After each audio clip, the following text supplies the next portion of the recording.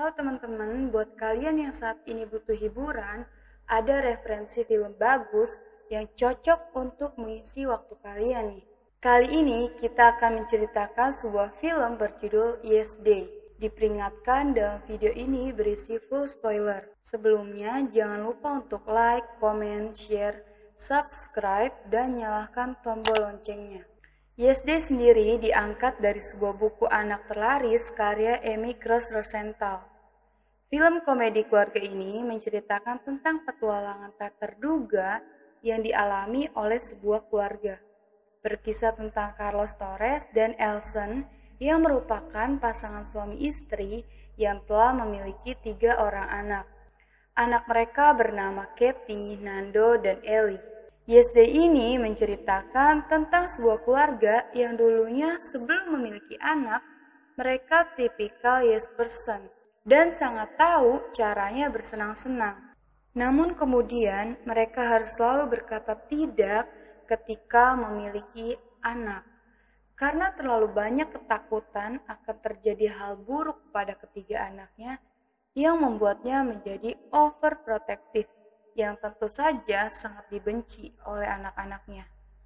Dalam sesi pertemuan dengan guru anak-anaknya, mereka diperlihatkan sebuah video tentang pandangan Nando terhadap ibunya. Di mata anak-anaknya, Alison tidak lebih dari seorang diktator yang selalu marah-marah dan menindas mereka. Di situ, Alison merasa marah dan kecewa. Di rumah, ia menjadi sosok iblis, sedangkan suaminya menjadi sosok malaikat yang menyenangkan. Dan perdebatan pun terjadi antara Alison dan Carlos.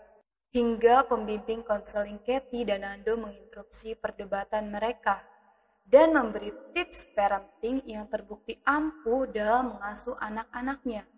Dan dia juga menyarankan Alison dan Carlos untuk mengadakan satu hari spesial yang disebut Yes Day dalam keluarga mereka. Yes Day adalah hari di mana orang tua harus berkata iya atas semua permintaan anak-anaknya. Awalnya, Alison tidak setuju karena takut akan terjadi hal buruk dari permintaan anak-anaknya. Namun, setelah mengingat dirinya dulu selalu bersenang-senang dan melakukan banyak hal di masa mudanya, ia berubah pikiran dan mau mencobanya dengan anak-anaknya. Dan karena ingin membuktikan kepada ketiga anaknya bahwa mereka bisa bersenang-senang, akhirnya keduanya memberlakukan Yes Day selama 24 jam penuh. Mereka akan menuruti kemauan anak-anaknya. Dan mereka juga memperbolehkan Katie, Nando, dan Ellie membuat peraturannya sendiri. Di hari sebelumnya, anak-anak harus menyelesaikan semua tugas mereka dengan baik. Dan hari yang dinanti-nantikan pun tiba. Alison dan Carlos harus memakai kostum yang membuat mereka seperti sedang mengikuti sebuah karnaval. Alison dan Carlos dilarang menggunakan gadget mereka. Dan Nando pun menunjukkan 5 permintaan mereka dalam papan yang masih tertutup, yang nantinya akan dibuka satu persatu.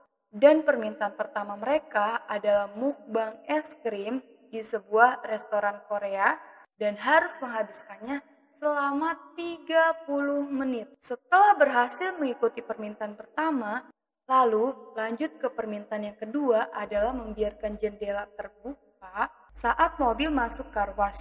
Dan ini sangat menyenangkan.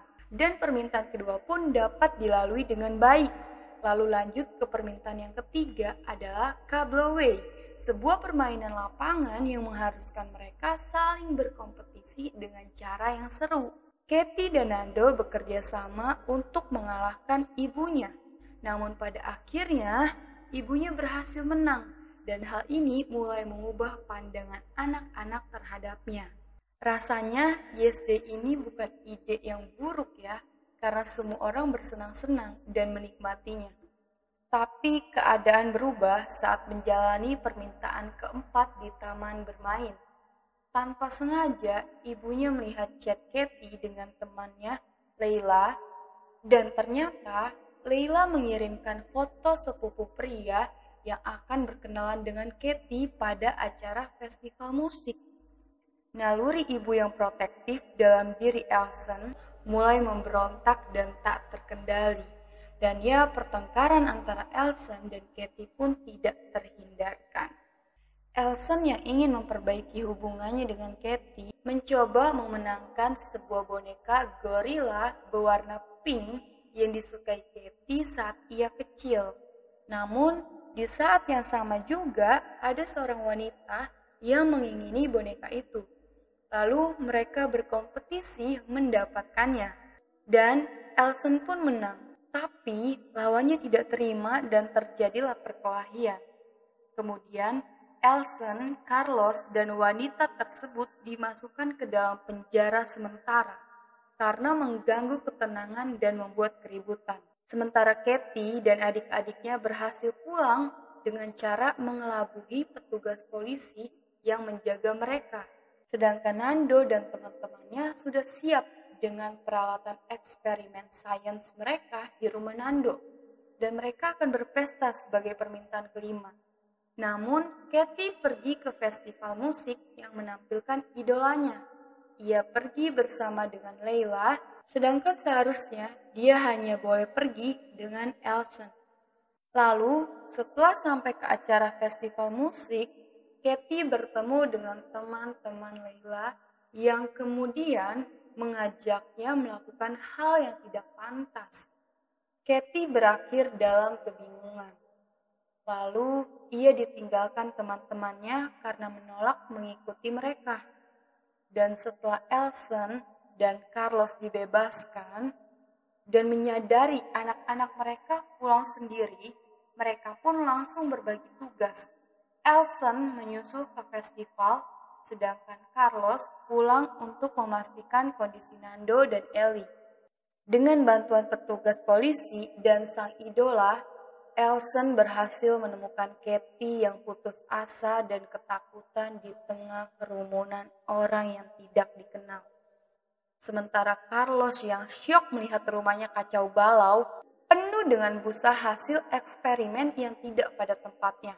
Lalu Carlos memberhentikan pesta anak-anak tersebut dan membuat mereka membersihkan seluruh rumah. Tindakan tersebut ternyata membuat Nando kagum karena ternyata ayahnya yang selama ini dilihat hanya sebagai malaikat ternyata mampu bertindak tegas. Yes Day menjadi hari yang menyenangkan, walaupun penuh dengan tantangan. Lalu mereka mengakhiri hari dengan main domino bersama di tenda depan rumah dengan penuh kebahagiaan, setidaknya untuk sementara. Karena tidak lama kemudian, busa keluar dari beberapa saluran pipa di rumah. Sepertinya kegiatan bersih-bersih mereka belum berakhir. Namun filmnya berakhir di sini. Cerita di film ini cukup relevan dengan keluarga pada umumnya. Atau mungkin bisa dijadikan inspirasi untuk keluarga melakukan Yes Day. Dikemas ringan dan dibumbui humor yang pas. Dan rasa emosionalnya juga dapat banget. Dan masih banyak lagi pesan dan makna yang bisa kita ambil dari film ini. Kalian bisa tulis di kolom komentar makna dan pesan apa yang kalian dapat. Oke, dukung channel ini dengan cara like, comment, share, subscribe, dan nyalakan tombol loncengnya. Sampai jumpa di video selanjutnya. Bye!